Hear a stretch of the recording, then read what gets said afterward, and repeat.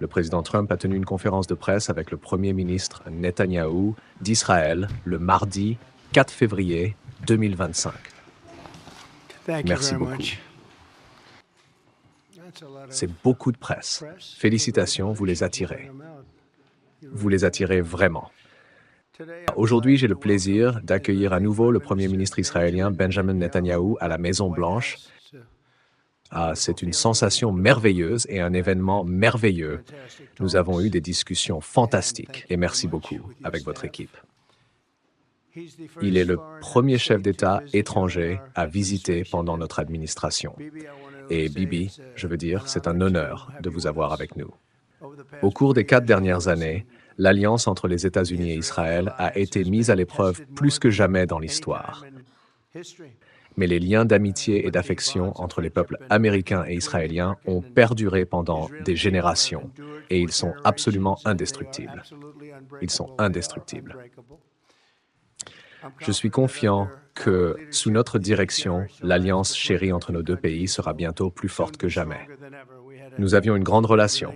Nous avons eu de grandes victoires ensemble il y a 4 ans. Pas tellement de victoires au cours des 4 dernières années, cependant.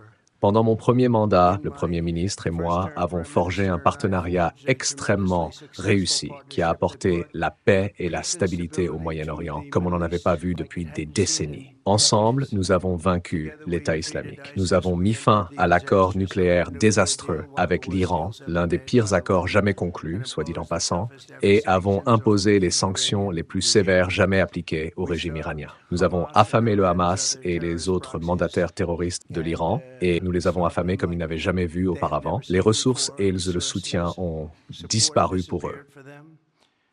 J'ai reconnu la capitale d'Israël, ouvert l'ambassade américaine à Jérusalem et les fait construire, soit dit en passant. Construit aussi, pas seulement désigné, mais construit à un prix que personne n'a vu depuis 40 ans.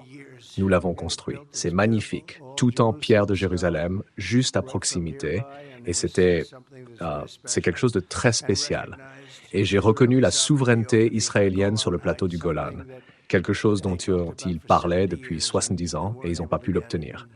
Et je l'ai obtenu. Et avec l'accord historique d'Abraham, quelque chose qui était vraiment un accomplissement qui, je pense, deviendra de plus en plus important, car nous avons obtenu les accords de paix les plus significatifs au Moyen-Orient en un demi-siècle, mais en particulier les accords d'Abraham. Et je crois vraiment que de nombreux pays rejoindront bientôt cette incroyable transaction de paix et de développement économique. C'est vraiment une grande transaction de développement économique. Je pense que beaucoup de gens vont s'inscrire très rapidement. Malheureusement, pendant 4 ans, personne ne s'est inscrit. Personne n'a rien fait pendant 4 ans, sauf en négatif. Malheureusement, la faiblesse et l'incompétence de ces années, ces 4 dernières années, les graves dommages causés partout dans le monde, y compris au Moyen-Orient, des dommages graves partout dans le globe. Les horreurs du 7 octobre n'auraient jamais eu lieu si j'avais été président. Le désastre entre l'Ukraine et la Russie n'aurait jamais eu lieu si j'avais été président. Au cours des 16 derniers mois, Israël a subi une agression soutenue, agressive et meurtrière sur tous les fronts. Mais ils se sont défendus bravement. Vous le voyez et vous le savez. Ce que nous avons vu, c'est une attaque totale contre l'existence même d'un État juif dans la patrie juive. Les Israéliens se sont tenus forts et unis face à un ennemi qui a enlevé, torturé, violé et massacré des hommes, des femmes, des enfants et même de petits bébés innocents. Je veux saluer le peuple israélien pour avoir affronté cette épreuve avec courage, détermination et résolution inébranlable. Ils ont été forts. Dans nos réunions d'aujourd'hui, le Premier ministre et moi nous sommes concentrés sur l'avenir en discutant de comment nous pouvons travailler ensemble pour assurer l'élimination du Hamas et finalement restaurer la paix dans une région très troublée. Ça a été troublé. Mais ce qui s'est passé ces 4 dernières années n'a pas été bon. Je veux remercier le Premier ministre Netanyahou de travailler étroitement avec mon équipe de transition, l'envoyé spécial Steve Witkoff, qui est ici quelque part. Steve, levez-vous, Steve. S'il vous plaît, quel travail vous avez fait? Quel bon travail vous avez fait? Fier de vous, vous avez fait un travail fantastique. Conseiller à la sécurité nationale, Mike Waltz. Merci, Mike, pour avoir si bien travaillé avec nous. Merci. Nous avons également Marco Rubio, qui est au téléphone en ce moment, écoutant chaque mot que nous disons. Il sera formidable. Et Pete, félicitations. Et Scott, félicitations. Je vois que vous êtes ici. Caroline fait un travail fantastique. Elle est probablement celle dont on parle le plus ici. Elle a fait un travail remarquable. Merci beaucoup, Caroline. Nous sommes fiers de vous, mais nous ne serons satisfaits que lorsque tous ces problèmes seront résolus. Et nous avons l'équipe pour les résoudre. Ça va se produire et ça va se produire rapidement. Je crois également fermement que la bande de Gaza, qui a été un symbole de mort et de destruction pendant tant de décennies, est si mauvaise pour les gens à proximité, surtout pour ceux qui y vivent, et franchement qui ont été vraiment très malchanceux. Ça a été un endroit très malchanceux. C'est un endroit malchanceux depuis longtemps. Être en sa présence n'a pas été bon. Et elle ne devrait pas subir un processus de reconstruction et d'occupation par les mêmes personnes qui se sont vraiment battues pour elle, ont vécu là, sont mortes là et y ont mené une existence misérable. Au lieu de cela, nous devrions aller vers d'autres pays intéressés avec des cœurs humanitaires. Et il y en a beaucoup qui veulent faire cela et construire divers domaines qui seront finalement occupés par les 1,8 million de Palestiniens vivant à Gaza, mettant fin à la mort, à la destruction et, franchement, à la malchance. Cela peut être financé par des pays voisins de grande richesse. Ça pourrait être 1, 2, 3, 4, 5, 7, 8, 12. Ça pourrait être de nombreux sites. Ou cela pourrait être un grand site, mais les gens pourront vivre dans le confort et la paix. Et nous nous assurons que quelque chose de vraiment spectaculaire soit fait. Ils auront la paix. Ils ne seront pas tirés dessus, tués et détruits comme cette civilisation de gens merveilleux a dû endurer. La seule raison pour laquelle les Palestiniens veulent retourner à Gaza, c'est qu'ils n'ont pas d'alternative. C'est en ce moment un site de démolition. C'est juste un site de démolition. Pratiquement tous les bâtiments sont à terre, vivent sous du béton effondré. C'est très dangereux et très précaire. Au lieu de cela, ils pourraient occuper une belle région avec des maisons et de la sécurité, et ils pourraient vivre leur vie en paix et en harmonie au lieu de devoir retourner et recommencer. Les États-Unis prendront possession de la bande de Gaza et nous allons bien faire le travail. Nous en serons propriétaires et responsables du démantèlement de toutes les bombes non explosées, dangereuses et autres armes sur le site, de niveler le site et de se débarrasser des bâtiments détruits. Niveler. Créer un développement économique qui fournira un nombre illimité d'emplois et de logements pour les gens de la région. Faire un vrai travail. Faire quelque chose de différent. On ne peut pas revenir en arrière. Si vous revenez en arrière, cela va finir de la même manière qu'il y a eu pendant 100 ans. J'espère que ce cessez-le-feu pourrait être le début d'une paix plus grande et plus durable qui mettrait fin aux massacres et aux tueries une fois pour toutes. Avec ce même objectif en tête, mon administration a rapidement agi pour restaurer la confiance dans l'Alliance et reconstruire la force américaine à travers la région. Et nous l'avons vraiment fait. Nous sommes à nouveau une nation respectée. Beaucoup de choses se sont passées ces dernières semaines. En fait, nous sommes à nouveau une nation très respectée. J'ai mis fin à l'embargo de facto sur les armes de l'administration précédente sur plus d'1 milliard de dollars d'assistance militaire pour Israël. Et je suis également heureux d'annoncer que cet après-midi, les États-Unis se sont retirés du Conseil des droits de l'homme des Nations unies, qui est antisémitique, et ont mis fin à tout soutien à l'Agence des Nations unies pour les réfugiés de Palestine, qui a détourné de l'argent vers le Hamas et qui a été très déloyal envers l'humanité. Aujourd'hui, j'ai également pris des mesures pour restaurer notre politique de pression maximale sur le régime iranien, et nous allons à nouveau appliquer les sanctions les plus agressives possibles, réduire les exportations de pétrole iranien à zéro et diminuer la capacité du régime à financer le terrorisme à travers la région et le monde. Nous n'avions aucune menace lorsque j'ai quitté le bureau. L'Iran n'était pas en mesure de vendre du pétrole. Personne n'achetait de pétrole parce que j'ai dit « ne l'achetez pas ». Si vous l'achetez, vous ne faites pas d'affaires avec les États-Unis. Et le Hamas n'était pas financé. Le Hezbollah n'était pas financé. Personne n'était financé. Il n'y aurait jamais eu un 7 octobre. Il y a 2 semaines, j'ai à nouveau désigné les Houthis comme une organisation terroriste. Ils essaient de détruire les voies maritimes mondiales et ça ne va pas se produire. Et ce week-end, j'ai ordonné des frappes aériennes contre des leaders de l'État islamique cachés dans les grottes de la Somalie. Nous les avons éliminés. Ici, en Amérique, nous avons commencé le processus de déportation des terroristes étrangers, des djihadistes et des sympathisants du Hamas de notre sol, tout comme nous avons des gens extrêmement mauvais. Et nous les expulsons de notre pays.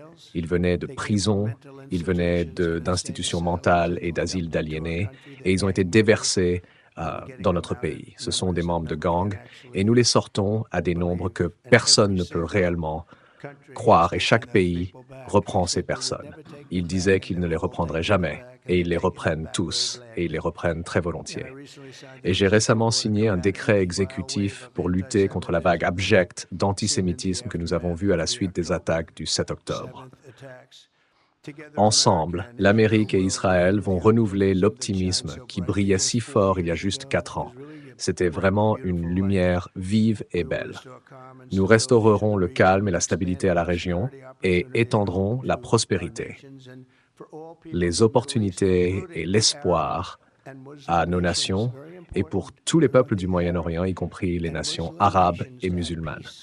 Très important, nous voulons que les nations arabes et musulmanes aient la paix et la tranquillité et aient de grandes vies. J'aimerais maintenant inviter le Premier ministre Netanyahou à dire quelques mots. Nous prendrons des questions après. Merci beaucoup. Merci, Monsieur le Président. Je suis honoré que vous m'ayez invité à être le premier chef d'État étranger à visiter la Maison-Blanche pendant votre second mandat. C'est un témoignage de votre amitié et de votre soutien à l'État juif et au peuple juif. Je l'ai déjà dit, je le répète, vous êtes le plus grand ami qu'Israël ait jamais eu à la Maison-Blanche.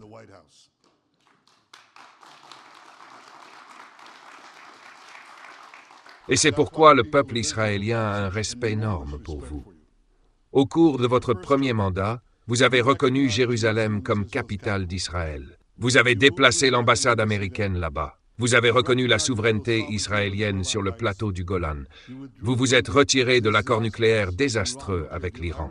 Je me souviens que nous en avons parlé, et vous avez dit, c'est le pire accord que j'ai jamais vu. Je suis élu, je sors de là.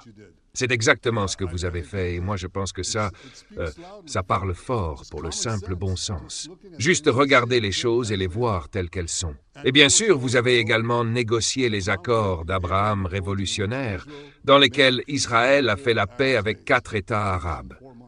Nous avons fait cela en 4 mois. Rien ne s'est passé pendant un quart de siècle, mais en 4 mois, nous avons pu, travaillant ensemble sous votre direction, conclure 4 accords de paix historiques. Et maintenant, dans les premiers jours de votre second mandat, vous avez repris exactement là où vous vous étiez arrêté. Votre leadership a aidé à ramener nos otages chez eux, parmi eux des citoyens américains. Vous avez libéré des munitions qui avaient été retenues à Israël. Elles avaient été retenues à Israël en plein milieu d'une guerre sur 7 fronts pour notre existence, et vous venez juste de les libérer. Vous avez mis fin aux sanctions injustes contre les citoyens israéliens respectueux de la loi. Vous avez fermement affronté le fléau de l'antisémitisme. Vous avez arrêté de financer, comme vous venez de le dire, des organisations internationales comme l'UNRWA qui soutiennent et financent les terroristes. Et aujourd'hui, vous avez renouvelé la campagne de pression maximale contre l'Iran. Mesdames et messieurs, tout cela en seulement 2 semaines. Pouvons-nous imaginer où nous serons dans 4 ans? Je le peux. Je sais que vous le pouvez, Monsieur le Président. Pour notre part, nous, à Israël, avons également été assez occupés depuis l'attaque horrible du 7 octobre. Nous avons combattu nos ennemis communs et changé le visage du Moyen-Orient. Ce jour infâme, des monstres du Hamas ont sauvagement assassiné 1200 personnes innocentes, y compris plus de 40 Américains. Ils ont décapité des hommes, ils ont violé des femmes, ils ont brûlé des bébés vivants et ils ont pris 251 personnes en otage dans les cachots de Gaza. Et après cette pire attaque contre des Juifs depuis l'Holocauste, l'Iran et ses sbires au Moyen-Orient étaient absolument extatiques. Ania a salué le massacre. Ce noir a dit qu'Israël était fini. Nasrallah a vanté que l'Israël était, voici ce qu'il a dit, aussi faible qu'une toile d'araignée.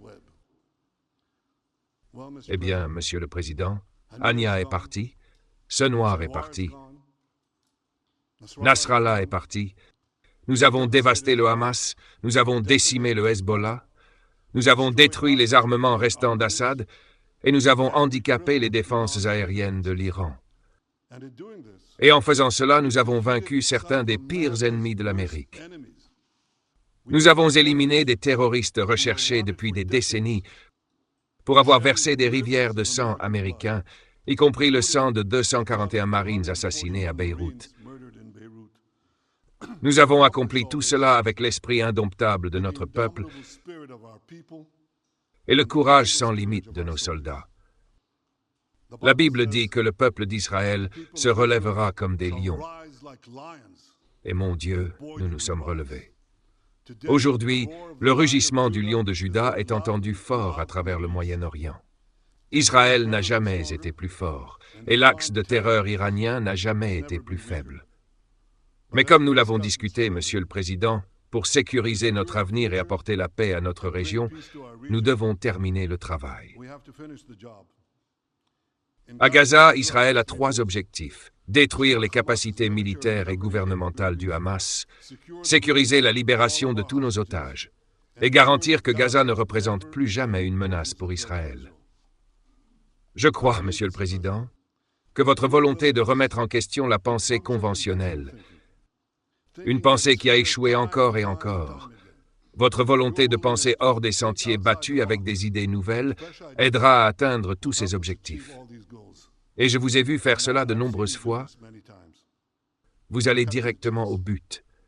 Vous voyez des choses que d'autres refusent de voir. Vous dites des choses que d'autres refusent de dire. Et après que les mâchoires tombent, les gens se grattent la tête et ils disent « Vous savez, il a raison ».